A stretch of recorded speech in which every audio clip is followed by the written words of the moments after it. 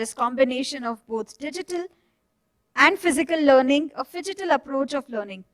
And for this, I would like to invite on stage Gowri Balasubramanyam, who is Global Head Learning and Organizational Development at SLK Group. Giving a brief introduction, she holds over 19 plus years of experience in the industry and is passionate organizational development professional with hands-on experience in succession planning, competency mapping, performance management, assessment development centers, coaching, psychometric assessments, development of LMS and e-learning content, learning solution design, learning delivery operations, learning impact measurement, budgeting, and quality control assurance, leading to massive talent development related to change management programs. With this, please welcome Gowri with a huge round of applause. Am I audible? Yeah. A very good evening to all of you. It was supposed to have been afternoon, slot was slotted, right? Before I get started, I think you will all agree with me if I say that as learning and development professionals, we are in a fantastic space possible today, right? We have been part of the journey, the transition that has happened, the transformation that has happened in the field, and we also are at a stage where we are able to create, able to innovate the next step of new things that are going to come in the learning and development phase. So when this topic was given to me, right, it was suggested that yes, I picked this phygital approach. My first thought was, what has been my journey in this space, right? I don't know how many of you here would agree with me, but I am one person who swears by classroom training, right? I love to see my participants in front of me. I love to see that expression on their face, the body language, because I feel that that is where we derive energy from. But again, looking at the way the trends are changing, there had to be a lot of changes that we had to make in ourselves, right? A mindset change before we got into a skill set change. These are words that we use in organizations on a regular basis when we talk about learning journeys. So what was my mindset change first, right? And then of course came the usage of computers, creating PowerPoints and all of that. So the mindset change first was, when I think of it, we are in an era where when I was probably starting my career, people would put kids who are restless silent by putting a pacifier in their mouth. Okay, that is what we have seen. Today, it is TV, it is mobile, it is a tab, right? Right from that age, from a toddler age, there has been, what should I say, encroachment of the digital space in everything that we do. So considering that we are learning and development professionals, so which means that we need to change our mindset first, then started the whole journey. And I think for a lot of us, I'm just moving forward, not in the initial stages of my profession as a trainer. I think the whole organization, the global, there was a very quick transformation that was possible into the digital space thanks to COVID. For us, I believe as L&D professionals, people saw a lot of value in what we were bringing to the organization during COVID. It sort of created a space for us. People started looking at us because one, as Mr. Madhu was saying, there was a fear, right? And in neuroscience, they say that the main organizing principle of the brain is to move an individual from threats to rewards, right? And there was a lot of threat that was happening, and people felt that the only way that they could stay in the space, in the works and jobs, was upskilling. And there was a very slow transition that I think we all saw, where e-learning came in, and then there were two great things that happened. One was the Industrial 4.0 that came in, where we started talking about a lot of different things. There was the cloud that came in, there were simulations that were required. We had to talk about 3D, we had to talk about a lot of AI, ML. So the Industrial 4.0 was one reason which sort of supported in pushing us, L&D professionals and organizations, to think futuristic. And the next most important change that we saw was the change in our stakeholders' mindset. when I say stakeholder, the most important stakeholder is the learner. And we had the Gen Y and Gen Z coming into the picture. Gen Y, if we say they were tech savvy, Gen Z, these are the digital natives. They were born literally with tabs and mobiles and all that available, right? And to keep these people engaged, to get them to know what we had introduce new things, it was a very great challenge for everyone, right? Because they were on constant lookout for information. The curiosity is very high. There was a time when I was in my college. I don't know how many of you here are native of Bangalore, and if you've heard of National College, way back in the 90s, there was a very popular program called the National College Science Forum, where the topmost scientists and leaders in the field of science would come, and there would be lectures, and they would have lots of competition. So when we had to participate in these competitions, we used to go to World Culture Library. I mean, these are heritage centers. I don't know how many of you have heard of all of this. So there were two books, which was the Scientific American, the New Scientist, where I had to go pick up a topic.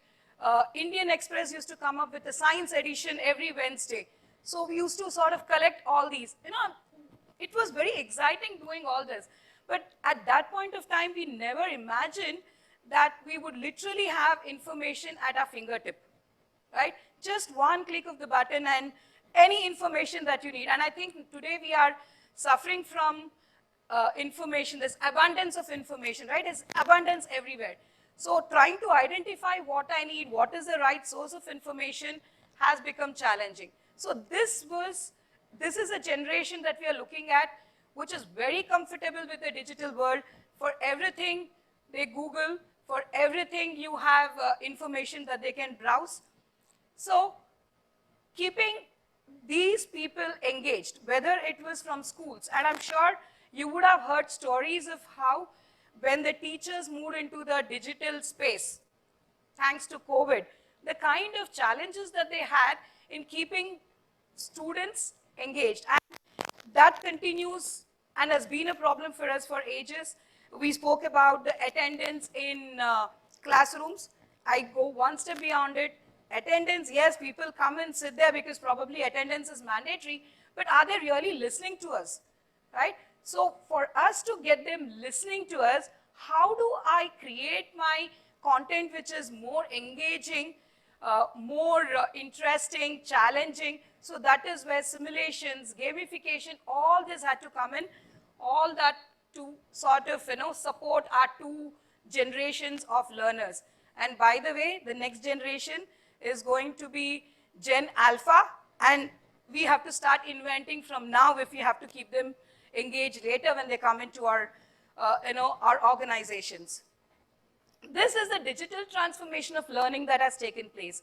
Look at it, from directed by educators, it's moved to directed by students and peers. It's become more active and in demand. There is no set course out there, right, where we say that, yes, this is the syllabus, these are the questions, this is how you have to learn. It's become completely open, easily available.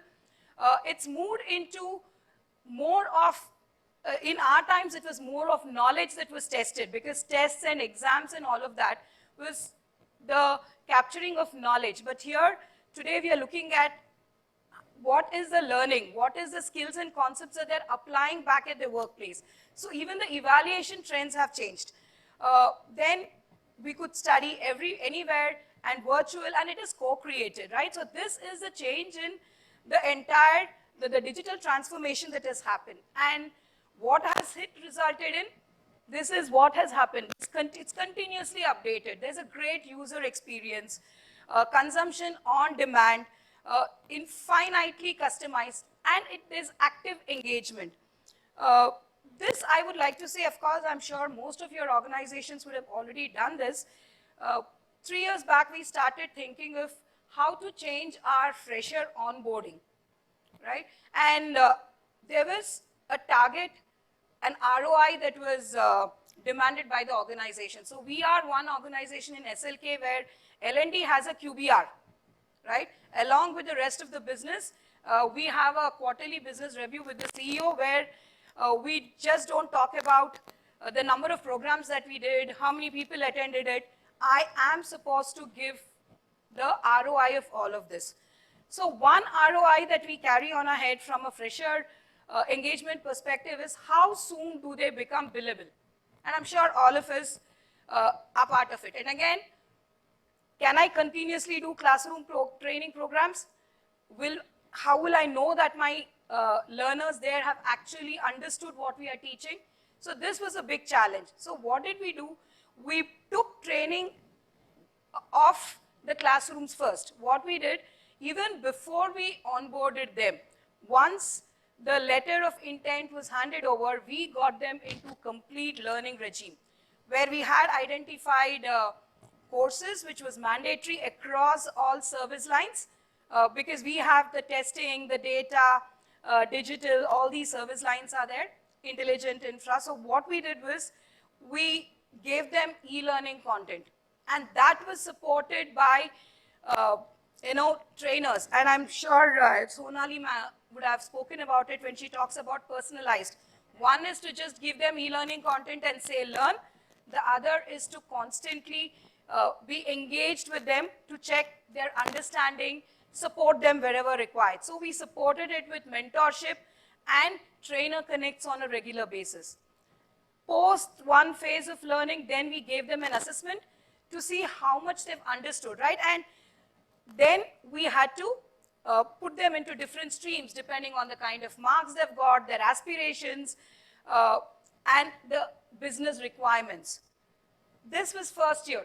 Then we realized that the candidates were still not so as attentive as we would want them, right? I don't know, because probably we are learning and development professionals, and for us, keeping ourselves updated and learning new things is something that is a passion for us.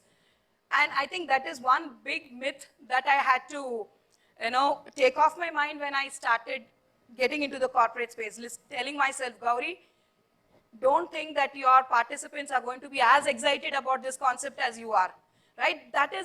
There's a passion when we learn new things. Oh, I want to give this to my trainees out there. I want them to know this because it's such a beautiful thing.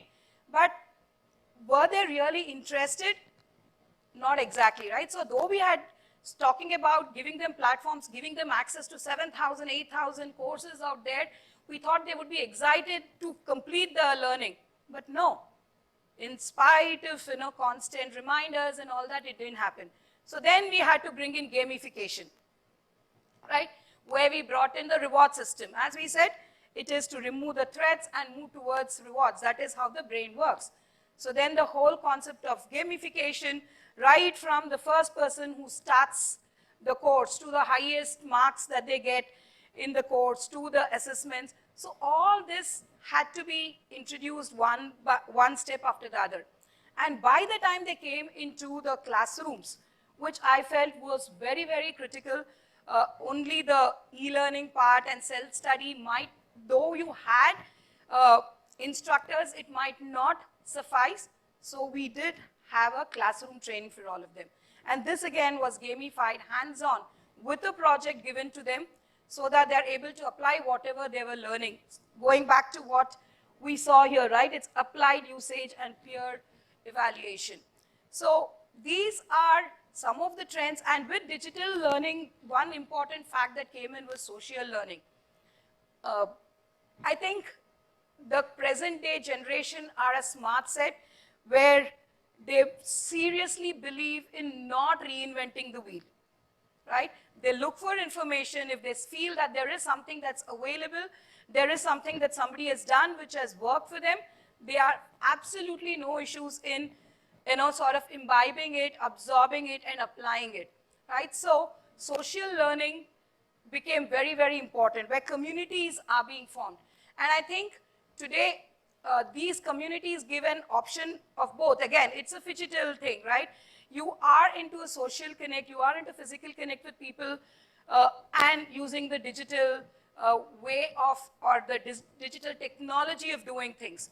So that is what is important. And the last point is what was amazing when I actually was doing some look into all of this, where they say that the ROI is 75:1 when we are able to combine both of these against just the basic LMS. And that was something that we had learned, as I said, from our experiment of just giving them e-learnings along with classroom trainings and instructor-led sessions even before they were onboarded. That saved a lot of time for us, and we were able to reach the target as far as billing of these freshers were concerned. From 6 months, we were able to bring it down to 3.5 months, so which was definitely a great step towards it, right?